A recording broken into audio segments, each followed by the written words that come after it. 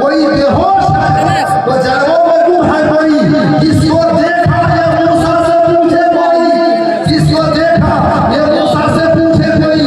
آنکھ والوں کی ہمت پہ لاکھوں سلام، آنکھ والوں کی ہمت پہ لاکھوں سلام، مصطفیٰ جان رحمت پہ لاکھوں سلام، رسم ہدایت پہ لاکھوں سلام۔ تبارک اللہ شکیل کو گندگی کہیں وہ شوقے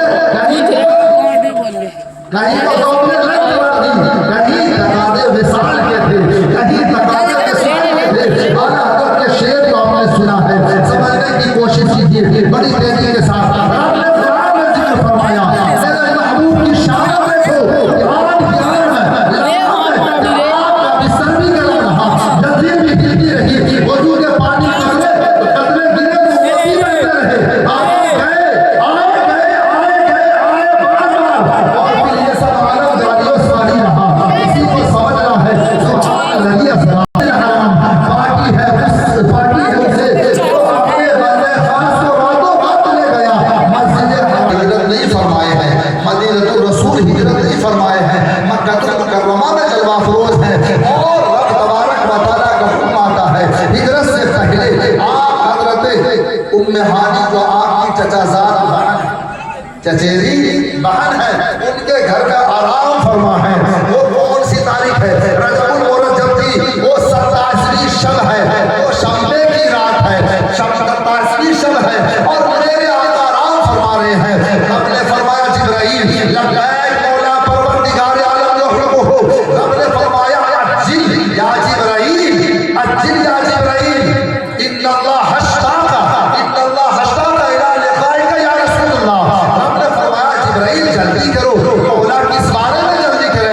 جبرائیل جلدی کرو اور میرے محبوب کو میری بارگاہ میں لے کے آؤ، میرے محبوب کو لے کر کے آؤ۔ میں اپنے محبوب کی ملاقات کا مشتاق ہوں، جلدی کرو جبرائیل۔ رب کا حکم عجل یا جبرائیل، جلدی کرو۔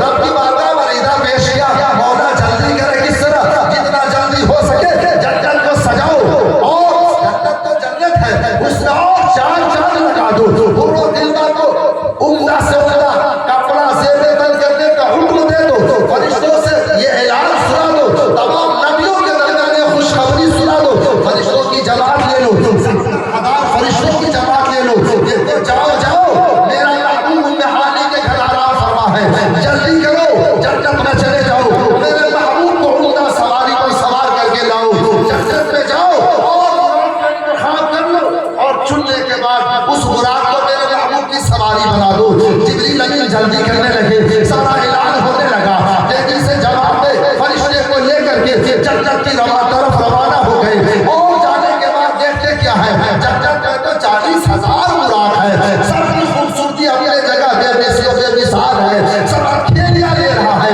براق یہ سوچ رہا ہے میری باری آ جائے، میری سواری قبول کی جائے، میرا انتخاب ہو جائے، سب کھیلیاں لے رہا ہے کہ میری باری آ جائے، لیکن اسی براق میں جبریل امین نگاہ ڈالتے رہے، دیکھتے رہے،